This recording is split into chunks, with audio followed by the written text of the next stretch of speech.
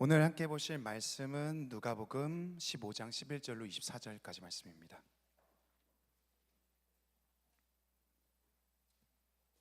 누가복음 15장 11절로 24절까지 말씀입니다.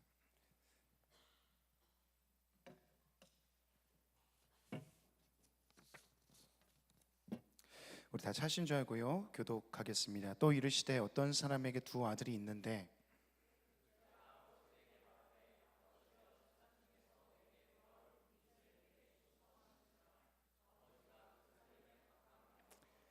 그 후 며칠이 안 되어 둘째 아들이 재물을 다 모아가지고 먼 나라에 가 거기서 허랑방탕하여 그 재산을 낭비하더니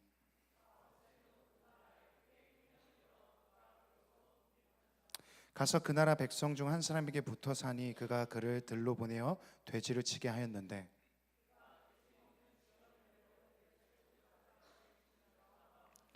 이에 스스로 돌이켜 이르되 내 아버지에게는 양식이 풍족한 품꾼이 얼마나 많은가. 나는 여기서 줄여 죽는구나.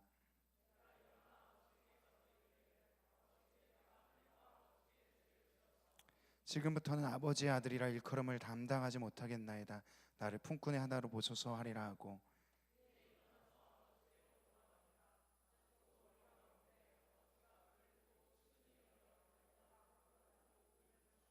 아들이 이르되 아버지 내가 하늘과 아버지께 죄를 지었사오니 지금부터는 아버지의 아들이라 일컬음을 감당하지 못하겠나이다 하나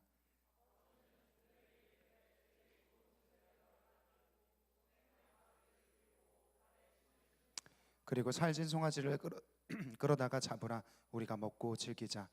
이 내 아들은 죽었다가 다시 살아났으며 내가 잃었다가 다시 얻었노라 하니 그들이 즐거워하더라. 아멘. 네, 날씨가 참 봄 날씨입니다. 그죠? 참 따뜻하죠. 오늘 아마 23도까지 올라간다고 하는데요. 3월에 이런 날씨를 경험하는 게 참 이상하기도 하고 곧 있으면 이제 벚꽃도 필 것 같습니다. 우리 옆 사람 보면서 좀 인사했으면 좋겠습니다. 봄이 왔습니다. 네, 너무 좋죠. 봄이 오니까요. 얼마나 갈지 모르겠습니다. 금방 여름 오는 거 아닌가 모르겠는데요. 봄이 오면 어떻습니까? 봄이 오면요 기분이 좋아요. 왠지요. 벚꽃도 피고요. 날씨도 막 좋고요. 미세먼지가 좀 있긴 하지만요. 그리고 또 어떤 것도 있죠. 뭐 연인들 막 데이트를 하고요.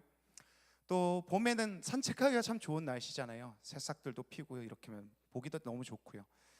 또 이런 것들이 있습니다. 학생들은 새 학기에 들어가게 되죠. 새로운 시작들을 하는 이들이 있을 겁니다. 저는요 새 학기를 별로 안 좋아했습니다. 이제 대학생 때 말고요. 저 중고등학생 때요. 대학생 때는 제가 친구가 하나도 없었으니까요. 네, 중고등학생에 좀 친구가 있었거든요. 왜 새학기를 싫어했냐면요. 전 되게 아이 성향입니다. 지금도 약간 그런데 그땐 진짜 극심한 아이였습니다. 그래서 반이 바뀌잖아요. 그럼 새로운 친구를 사귀는 게 저한테 너무 큰 부담인 거예요. 이제 방학을 하고 나서 개학을 할 때쯤에 되면요 막 배가 아파요. 학교 갈 생각하면 배가 아픈 거예요. 친구 사귈 생각하면요. 왜냐면은 새롭게 친구를 사귀는 게 저한테는 되게 어려운 일이었습니다. 어떻게 말을 건네지? 어떻게 시작하지? 어떻게 이야기하지? 이렇게 저한테는 새학기는 되게 부담스럽고 어려운 시간이었죠. 또 한 가지 제가 새학기가 저한테 좀 공포스럽고 또 두려운 것이 있었는데 그게 뭐였냐면요 멀어진다는 거였습니다. 1년 동안 되게 어렵게 사귄 친구들이 있잖아요. 제가 막 아이 성향임에도 불구하고 말 걸어가지고 막 친해지고 막 취미도 공유하면서 이렇게 친해진 친구가 있는데 이제 반이 흩어지면서 그 친구와 헤어지게 되는 거죠. 멀어지게 되는 겁니다. 되게 가까웠던 친구였는데 어느 날 갑자기 반이 흩어지면서 갑자기 그냥 말이 끊어지게 되는 거죠. 서로 이야기 나눌 게 없어지게 됩니다. 제가 중학생 때요 굉장히 친한 친구가 있었습니다. 같은 반이었다가 다른 반이 됐죠. 새 학기가 됐어요. 근데요 뭔가 되게 어색해진 거예요. 말을 걸어야 되는데 말을 해야 되는데 뭔가 관심사나 이야기거리나 하루의 일과가 이제 다 틀려져 버리니까요. 결국 그 어색한 관계를 좁히는 법을 몰라서 찾지 못해서 이제 그 관계가 완전히 끊어져 버린 경우들이 있었습니다. 혹시 여러분도 그런 경험들 해본 적 있으십니까? 관계에 대한 어려움들이죠. 뭔가 친해지거나 멀어지거나 하는 경험들이죠. 우리가 아마 코로나 때 이런 경험들을 좀 해봤을지 모르겠습니다. 그 시기에는 어떻습니까? 그러니까 옆에 누가 붙거나 안 친한데 마스크 쓰고 오거나 그러면 막 부담스럽죠. 좀 함부로 말하지 못하지만 좀 가 이렇게는 말을 못하겠지만 금방 그 자리를 피하고 싶은 마음이 듭니다. 누군가 온다는 것이요 다가온다는 것이 되게 부담스러운 시기가 얼마 안 됐죠. 한 2년 전, 3년 전의 이야기죠. 우리에게 있어서는요, 사람은요, 이 관계는요, 이런 이야기 있잖아요. 그러니까 몸이 멀어지면 마음도 멀어진다, 이런 얘기가 있잖아요. 실제로 그런 것 같습니다. 같은 반이었다가 흩어지면 어느샌가 그 친구와 알아도 모른 체하게 지내게 되는 것이 인간관계이며 사람이죠. 사회심리학에서는요, 이러한 현상을 이렇게 얘기합니다. 근접성 효과라고 이야기합니다. 사람은 가까이 있을수록 친밀감이 증가한다, 이런 얘기입니다. 이 연구에 따르면요, 사람들이요, 가까이 살거나 자주 마주칠수록 더 친해지고, 반대로요, 멀어지면 멀어질수록 자연스럽게 멀어지는 것이, 마음이 멀어지는 것이 이 인간관계라고 얘기합니다. 이 근접성 효과라는 이야기죠. 사실 제가 저희 아내와 친해지게 된 것, 가까워지게 된 것도요, 어떻게 보면 집이 가까워서였습니다. 연애할 때 저희 아내의 집과 저희 집이 한 100m 정도 거리였거든요. 그러다 보니까 이제 교회에서 막 놀다가, 친구들하고 놀다가 이렇게 집에 와요. 오는 길에 하나씩 가는 거죠. 막 제 갈 길로 다 갑니다. 뿔뿔이 흩어지고 최종적으로 누가 남아요? 저랑 저희 아내만 남는 거예요. 바로 집이 앞이니까요. 그리고 나서 얘기를 하다가 오면은 얘기하는 게, 끝내는 게 좀 아쉬운 거죠. 그래서 앉아서 이야기하고 또 서서 이야기하고 그러다 보니까 점점 가까워지게 된 경우였습니다. 거리가 주는 영향이었죠. 그러니까 저는 그런 걸 권합니다. 집이 혹시 가까운 청년들이 있다면요, 같이 다니세요. 네, 가까워질 수 있게 기회입니다. 예. 집이 가까운 건 참 기회입니다. 이런 우리의 거리에 대해서요, 철학자 마르틴 부퍼는 이렇게 얘기합니다. 우리의 거리가 멀어지면 어떤 현상이 일어나냐면요, 나와 너의 관계가 나와 그것의 관계로 구분되어진다라고 얘기합니다. 다시 한번요, 우리의 관계가 멀어지면 어떻게 되냐? 나와 너의 관계가 나와 그것의 관계로 바뀐다라고 얘기해요. 나 너 관계는 어떤 거냐면요, 상대방을 하나의 온전한 존재로 인식하고 깊이 있게 연결되는 관계를 말합니다. 친밀해지는 거죠. 그런데 나 그것의 관계는 어떤 것이냐면요, 상대를요, 수단처럼 여깁니다. 상대를 마치 어떤 사물처럼 여깁니다. 상대를 어떤 목적으로 만나는 것으로 이야기됩니다. 그래서 거리로 인해서 소통이 줄어들게 되면 우리의 관계는 어떻게 된다고요? 나와 그것으로 바뀌게 된다고 얘기해요. 즉, 멀어지면요, 상대를 우리가 어떤 존재로서 보는 것이 아니라 단순히 한 어떤 문자 메시지, 어떠한 기억 속의 존재 정도로만 인식하게 되는 것이 나와 그것의 관계라고 이야기합니다. 그런데 이러한 관계가요, 인간관계에서도 적용될 뿐만 아니라요, 우리와 하나님과의 관계 속에서도 동일하게 적용된다는 걸 우리가 보게 됩니다. 몸이 멀어지면 마음도 멀어진다. 우리가 하나님에 대해서 보이지 않는 거리들이 있지 않습니까? 모두 다 있을 거예요. 하나님과 되게 가깝다, 하나님과 멀다, 이렇게 느끼는 어떤 관계들이 있습니다. 그런데 하나님과 어느새 보이지 않는 그 관계가 멀어져 있으면요, 내 안에 실존하는 하나님이 아니라 어떻게 여긴다고요? 하나님을 그것 정도로 여깁니다. 하나님을 마치 목적으로 여깁니다. 수단으로 여깁니다. 하나님이 내 삶에 진짜로 역사하시는 분이라고 여겨지지 않게 되죠. 그런 역사가 어디에 있어요? 성경 보면 나와요. 이스라엘 백성들이요. 이스라엘 백성들은 하나님을 어떻게 여깁니까? 사사기 말씀 보면요, 이렇게 돼 있거든요. 하나님을 마치 수단으로 여깁니다. 하나님도 섬기고 우상도 섬겨요. 왜 그렇습니까? 그것이니까요. 살아있는 실존하는 존재가 아니니까요. 마치 이 신앙은 어떻습니까? 푸석푸석한 지푸라기 같죠. 다 메말라 버린. 아마 여러분들은 이런 관계를 원하진 않을 겁니다. 모두가요.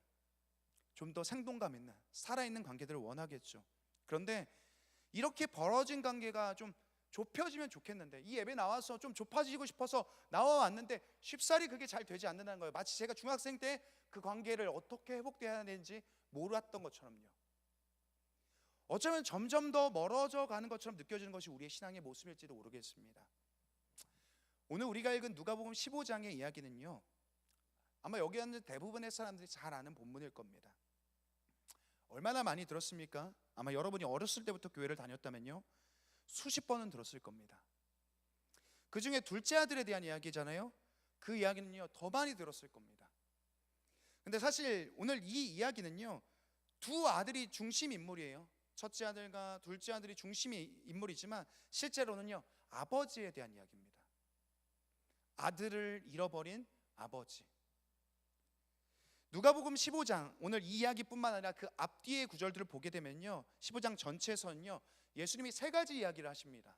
세 가지 비유로서 이야기하시거든요. 첫 번째는 양을 잃어버린 목자, 두 번째는 동전을 잃어버린 여자, 세 번째는 아들을 잃어버린 아버지. 이 사람들의 공통점은 뭡니까? 모두 잃어버렸던 것들을요 찾는 사람들입니다. 그래서 오늘 이 아버지와 아들의 이야기를 통해서 예수님이 하시고자 하는, 성경의 저자가 나타내고자 하는 그런 주제는 무엇이냐? 아마 사랑과 용서에 대한 겁니다. 왜냐하면 이 아버지는요 사랑을 통해서 아들을 다시 되찾게 되거든요. 사랑을 통해서 이 관계를 회복하게 되거든요. 그리고 저자는요 이 아버지를 통해서 하나님의 우리를 향한 사랑이 무엇인지를 보여주고 싶어 합니다. 아버지는 여기서 하나님입니다. 우리가 그렇게 생각하면서 이야기를 읽어봤으면 좋겠습니다. 혹시 여러분이 하나님과 좀 멀리 있다고 느낀다면요, 요즘 그 관계를 좀 회복하고 싶은 그런 생각들이 든다면요, 오늘 이 말씀이 여러분에게 좀 유익이 되었으면 좋겠습니다. 이렇게 시작합니다.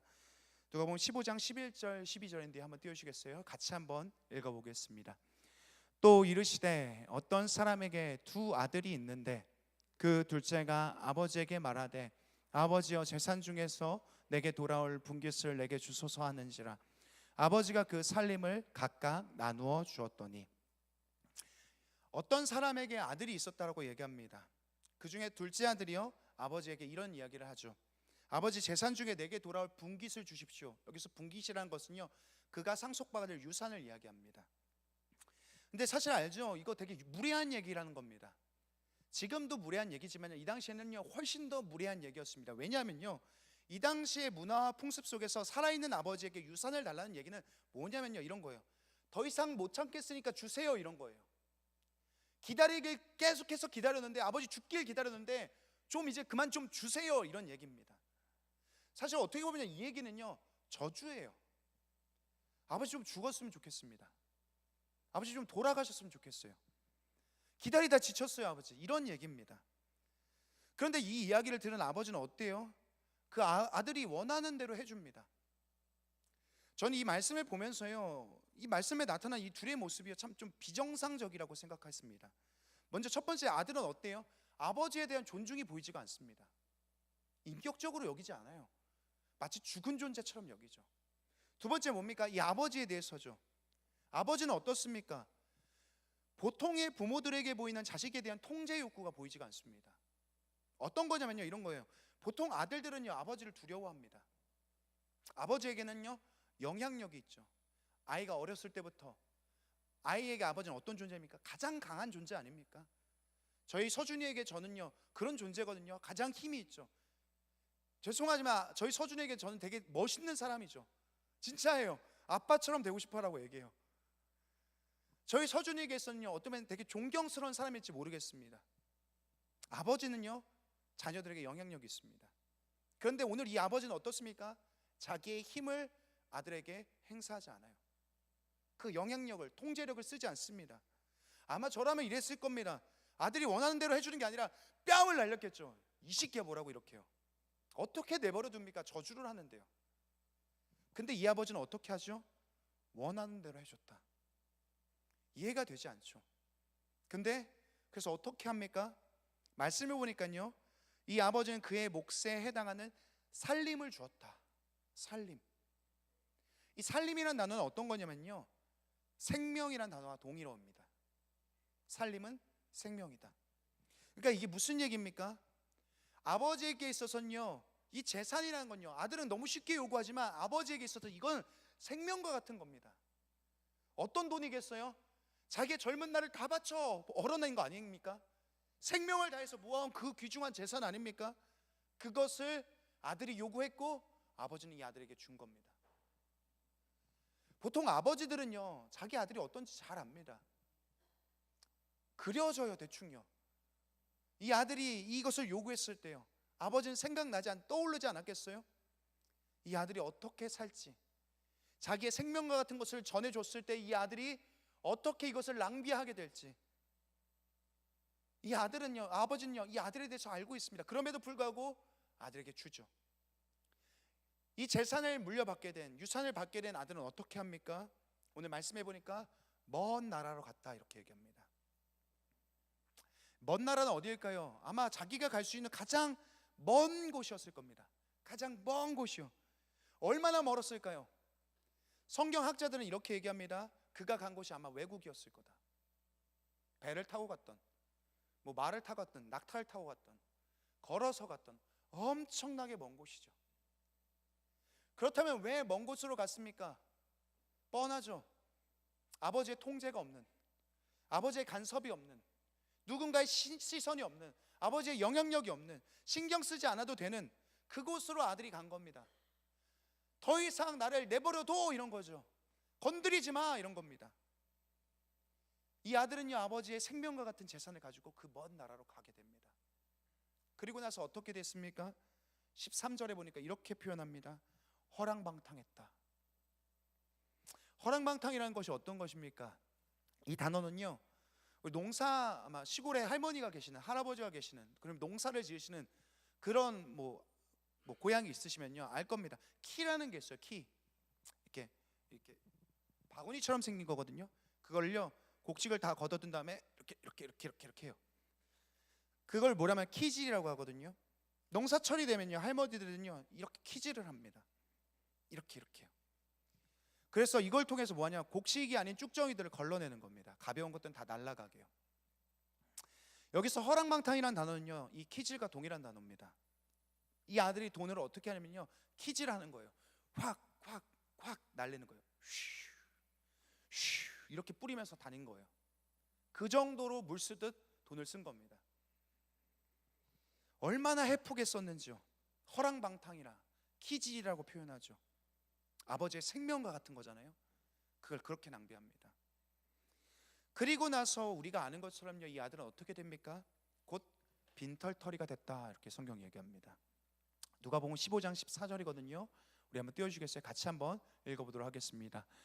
다 없앤 후에 그 나라에 크게 흉년이 들어 그가 비로소 궁핍한지라. 어떻게 됩니까? 다 없어졌다고 해요. 하나도 남김 없어졌죠. 그리고 그가 살기가 정말 팍팍해졌다라고 얘기해요. 먹고 살기가 너무 힘들어진 겁니다. 그래서 이웃 사람이 치는 그 돼지가 있거든요. 그 돼지를 대신 쳐주는 일을 이 사람이 하게 된 거죠. 이 아들이요. 돼지를 치면서 어떻게 합니까? 돼지 치면서요 돼지가 먹는 쥐염 열매라고 있습니다. 달콤한 열매거든요. 아주 조그만 빨간색 열매입니다. 그 열매를 먹으면서 주워 먹으면서 자기의 생명을 연장해 나가는 거죠. 비참한 인생이 됩니다. 그런데 어떻습니까? 그것도 어려워지니까요 그것조차 먹을 수 없는 상황이 된 것이 이 아들의 모습입니다. 근데요 사람이라는 것이요 참 간사해요. 배가 고팠을 때요, 그러니까 어느 정도 배가 고팠을 때는요 쥐염 열매라도 먹을 수 있잖아요. 그때는 아버지를 떠올리지 않아요. 근데 이제 그것조차 못 먹어요. 진짜 굶게 돼요. 쫄쫄 굶어요. 그러니까 어떻게 생각해요? 아버지를 떠올리게 되는 거예요. 아, 아버지의 집에는 그런 게 있는데, 아버지의 식탁에는 그런 게 있는데, 아버지의 집은 그런데, 이렇게 생각한다는 거예요. 어떻게 생각하냐면 오늘 누가복음 15장 17절에 보면 이렇게 되어 있습니다. 이에 스스로 돌이켜 내 아버지에게는 양식이 풍족한 품꾼이 얼마나 많은가, 나는 여기서 줄여 죽는구나. 이런 생각을 하는 거죠. 내 아버지의 집에는 양식이 너무 많은데, 내 아버지 집에는 종이 되게 많은데 난 여기서 죽네. 이런 생각을 하면서 마음을 막 키워나가는 겁니다. 그리고 나서 어떤 결정을 하게 되죠? 우리가 아는 것처럼요 그가 집으로 돌아갈 것을 결정합니다. 돌아가서 그 아버지 집의 품꾼이 될 것을 결정해요. 품꾼은요 일용직 노동자를 말합니다. 아버지의 정식 노예가 아니에요. 하루 고용돼서 사는 인생이에요. 그래도 그게 낫다는 거예요. 품꾼이 되자. 오늘 이 누가복음 15장 11절부터 20절의 이야기 대강은 이렇게 마무리가 되어집니다. 그가 돌아가기로 결정을 한 거죠. 그런데 오늘 본문 속에서 이 아들이 가장 잘한, 가장 칭찬받을 만한 부분이 있다면요 오늘 17절에 나타난 이 부분일 겁니다. 어떤 것이냐? 이에 스스로 돌이켰다. 이 행동이죠.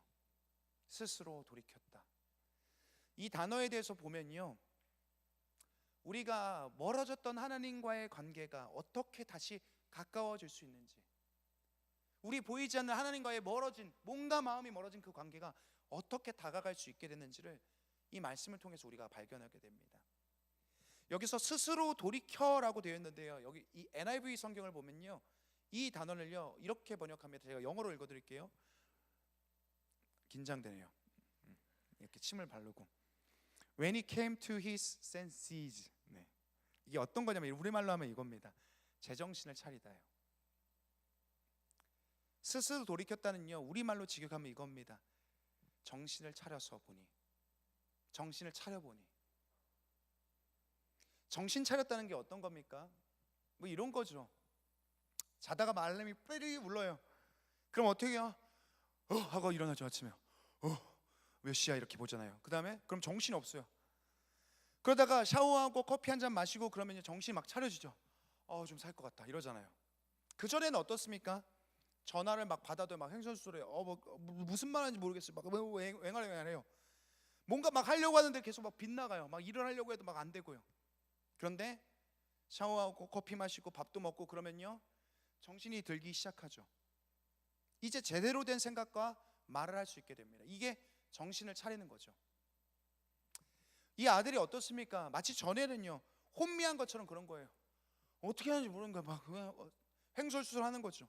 그런데 이제야 비로소 제대로 된 생각을, 제대로 된 결정들을 하게 됐다, 그것을 말합니다.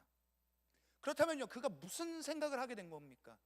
무슨 제대로 된 생각과 결정들을 하게 된 겁니까? 그게 중요하죠. 17절부터 19절입니다. 한번 띄우시겠어요? 우리 같이 한번 17절 19절 읽어보도록 하겠습니다. 이에 스스로 돌이켜 이르되 내 아버지에게는 양식이 풍족한 품꾼이 얼마나 많은가. 나는 여기서 주려 죽는구나. 내가 일어나 아버지께 가서 이르기를 아버지, 내가 하늘과 아버지께 죄를 지었사오니 지금부터는 아버지 아들이라 일컬음을 당하지 못하겠나이다. 나를 품꾼의 하나로 보소서 하리라 하고. 최근에 저희 서준이를 보면요, 얼마 전에 어저께인가요? 그저께인가 이제 서준이 그 아이폰 보면은 이렇게 사진들 정리해주는 그런 동영상 기능이 있지 않습니까? 어렸을 때부터 이제 서준이 사진들 딱 정리해서 보여주는데 이런 생각이 들었어. 너무 많이 컸다. 진짜 많이 컸구나 이런 생각이 들었습니다. 전에 여러분 서준이 3살 때 아마 봤을 겁니다. 기억나는지 모르겠어요. 양갈머리 하고 있었거든요. 그러고 다녔거든요. 이렇게요. 예, 전 그때 딸이 없었거든요. 서준이 그렇게 생각했어요. 우리 딸이다 넌, 이런 생각했었거든요. 약간 좀 딸과 아들의 경계 가운데 저를 키우고 싶었어요. 그렇게 생각했는데 이제 딸이 생겼죠. 그리고 머리를 확 잘라버렸습니다. 근데요, 저희 이제 서준이를 보면서 그런 생각이 드는데, 요즘 연서를 이제 키우잖아요. 키우면서 드는 생각이 뭐냐면 서준이 진짜 참 편하게 키웠다 이런 생각했어요.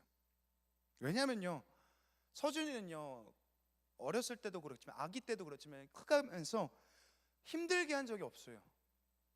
잠투정도 별로 없었고요, 막 짜증도 안 내고요, 뭐 장난감 가게 가지고 막 투정을 부린 적도 거의 없어요. 그러니까 이렇게 얘기하면요, 진짜 유니콘 같은 아이죠. 환상 속에 있는 그런 아이였어요. 그때는 근데 잘 몰랐어요. 왜 이렇게 힘드냐, 애 키우는 게 왜 이렇게 힘드냐 그랬는데 지나 보니까 그런 아이더라고요.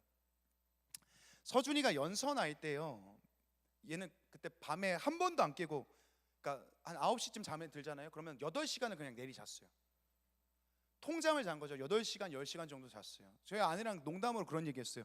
우리 서준이는 방학한 대학생 같아, 그런 얘기를 해요. 뭐 진짜 그 정도예요. 막 흔들어 깨워야 돼. 야 일어나, 밥 먹어, 이래야지 애가 일어날 정도였어요. 근데 연서는 어떠냐면요, 연서 진짜 깡패 같아요. 진짜 지밖에 몰라요. 진짜 제가 오늘 진짜 너무 피곤해요. 왜냐면요, 제가 제정신이 아니에요. 어제 저녁에 제가 애들 둘을 다 재웠어요. 그럼 한 10시쯤 10시 반 정도 됐거든요. 다 잡니다. 그럼 이제 아내한테 그 부탁을 했어요. 오늘 설교 준비 좀 해야 된다. 설교 준비하려고 딱 노트북 꺼내와가지고 이제 딱 폈는데 갑자기 방에서 빡 그러는 거예요. 연서 우는 거 여러분 진짜 봐야 돼요. 어떠냐면요, 얘가 오늘도 아까 본 사람 있을 겁니다. 몸으로 울어요. 얘가 몸으로 통이 막 우릅니다. 진짜 너무 시끄러워요. 그럼 저는 진짜 깜짝 놀라서 무슨 일이야, 무슨 일이 났어 막. 그래가지고 딱 가요.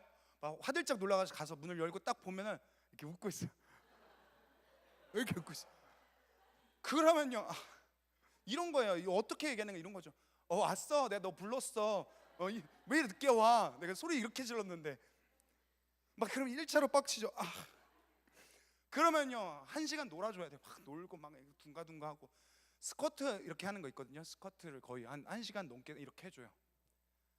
그렇게 해서 어떻게 재웁니다. 그런데 오늘 또 새벽이었어요. 뭐 설교 준비냐, 설교 준비 한 30분 하다가 자러 들어갔어요. 새벽에 자고 있는데 갑자기 또 방에서 빡 그러는 거예요. 으아 그러는 거예요. 또 가보니까 보통 새벽이면요 잠에 취해 있어야 되거든요. 얘가요 막 비몽사몽해야 돼요. 그러면 쪽쪽이 딱 꽂아주면 바로 잠에 들어요. 근데 애가 또 가니까 또 이거 생글생글 웃어요. 왔어? 내가 너 불렀어. 또 한참 놀다가 또 재웠어요. 그리고 나서 또 1시간 반 있다 또 그런 거예요. 그러니까 막 또 웃어. 그러니까 막 웃는 게 아니에요. 제가 보니까요 어떠냐면요 지가 하고 싶은 대로 해요. 지가 막 하고 싶은 대로 지 마음대로 아주 지 밖에 모르는 거예요. 오늘 근데 이 아들은 어떻습니까? 마찬가지죠. 지 밖에 몰라요. 어떻게 아버지한테 그런 얘기 합니까? 아버지 돌아갔으면 좋겠어요.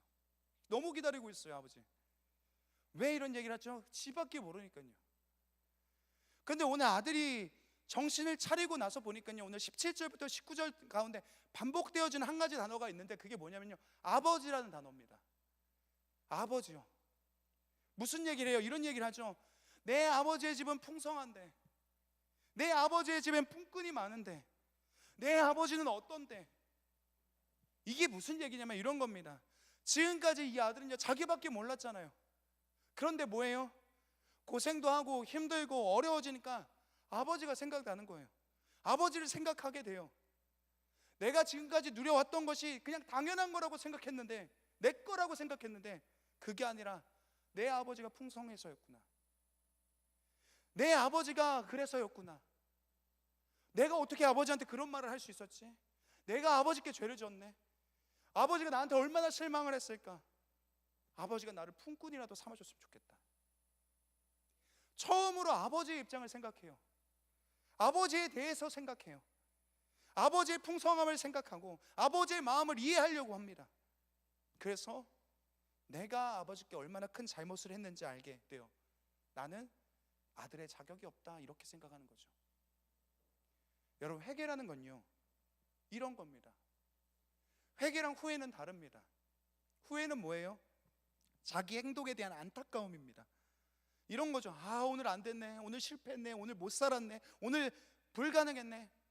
그러지 말걸. 내일은 잘 되겠지? 좀 더 발전이 있는, 좀 더 나은 내일을 위해서 생각하는 것은 후회죠. 근데 회개는 뭡니까? 회개는 이거죠. 나밖에 모르는 내가 아버지를 생각하는 거예요. 그래, 아버지는 나를 이렇게 대하셨지. 아버지는 이렇게 풍성하셨지. 내가 아버지께 어떻게 그렇게 할 수 있었지? 그래서 회개에 대해서 마틴 로이드 존스 목사님은 이렇게 얘기합니다. 회개는 우리가 하나님께 범죄했고 하나님을 슬프시게 했으며 그분께 상처를 입혔다는 느낌을 갖게 만듭니다. 이 아들이 갖는 느낌이죠. 내가 어떻게 아버지께 그렇게 했지? 그렇게 좋은 분인데. 우리는 어떻습니까? 우린 대부분 하나님과의 관계에서의 문제는 이 지점에서 발생해요. 우린 나밖에 모르거든요.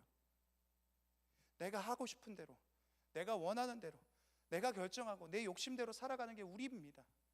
저도 마찬가지예요. 그런데 하나님의 마음에 대해서는 관심이 1도 없어요. 그가 어떤 분이신지, 그가 어떤 풍성함을 가졌는지, 그가 나에 대해서 어떻게 생각하시는지, 그가 나에 대한 어떤 슬픔이 있고 내가 그에게 어떤 상처를 줬는지 생각하지 않습니다. 그저 나하죠.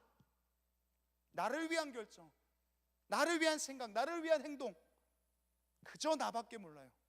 이게 계속해서 반복돼요. 우리 가운데. 그것이 하나님과 멀어지게 되는 이유죠. 내 중심의 삶. 그런데 오늘 이 아들은 어떻습니까? 이제 알게 된 거예요.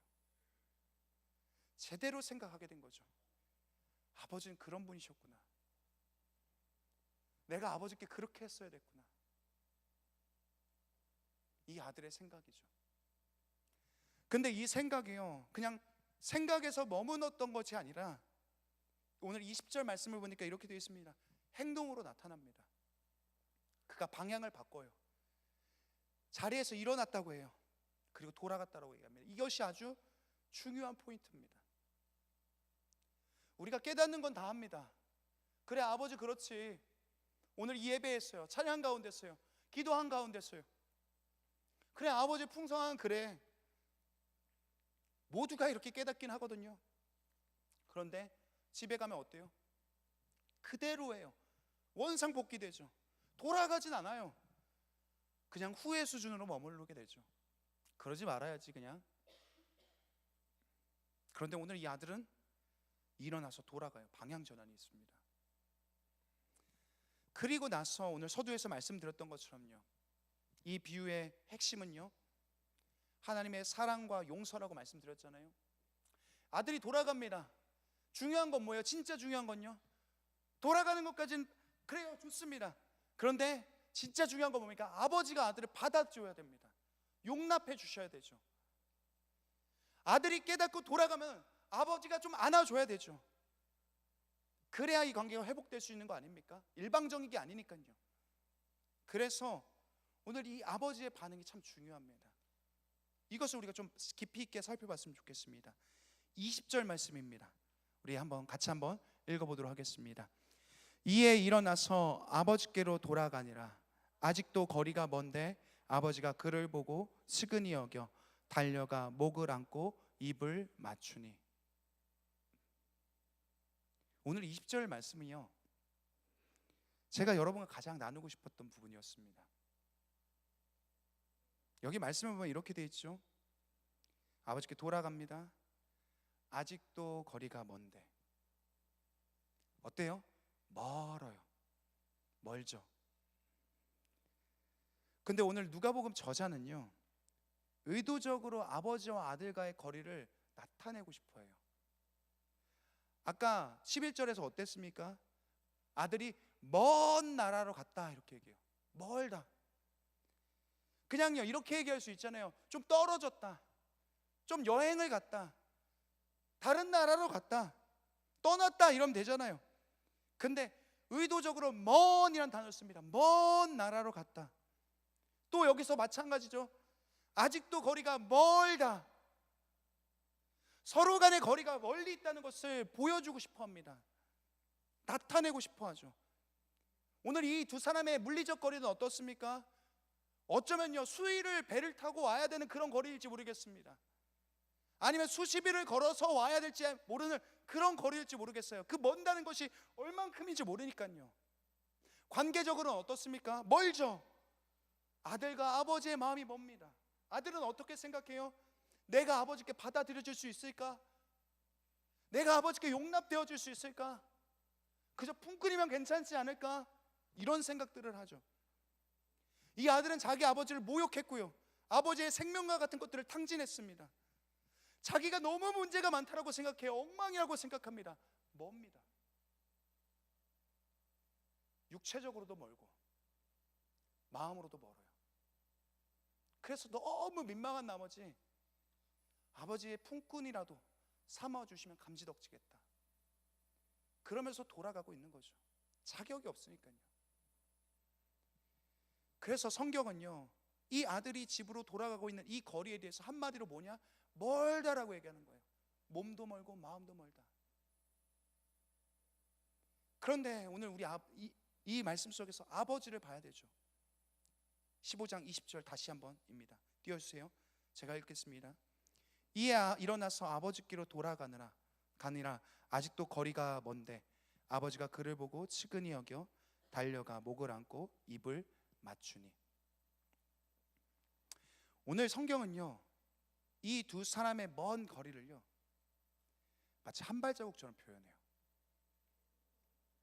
두 문장으로 끊지 않고요, 먼 거리와 가까움을 한 문장 안에 표현하고 있어요. 봐요. 아직 거리가 먼데 어떻게 하고 있습니까? 아버지는 아들을 안고 있어요. 그 멀었던 거리를요 한순간에 좁혀버립니다. 무슨 얘기입니까? 아들이 스스로 멀다라고 느꼈던 그 거리, 몸도 멀고 마음도 멀다, 그게 아무런 중요성이 없다는 겁니다. 아들이 아버지랑 멉니다. 그렇지만 이 아들이 생각하는 그 거리에 대해서는요, 오늘 저자는 그것이 중요한 게 아니라고 얘기합니다. 성경이 오늘 말하고 싶어하는 건 뭡니까? 아버지가 이 거리를 어떻게 생각하냐는 거예요. 아버지에게 있어서 이 거리는요 한 발자국 같은 겁니다. 아직 거리가 먼데 안와 있어 이미. 그래서 그 거리, 아들이 멀다라고 생각했던 그 거리는요 아버지에게는 너무나도 가까운 거리인 거예요. 아들이요 집에 오는 내내 연습했던 그런 말 있지 않겠어요? 뭐 시뮬레이션 같은 거 돌리지 않았겠어요? 가면 뭐 무릎 꿇고 아버지 제가 죽을 죄를 졌습니다, 뭐 이런 얘기요.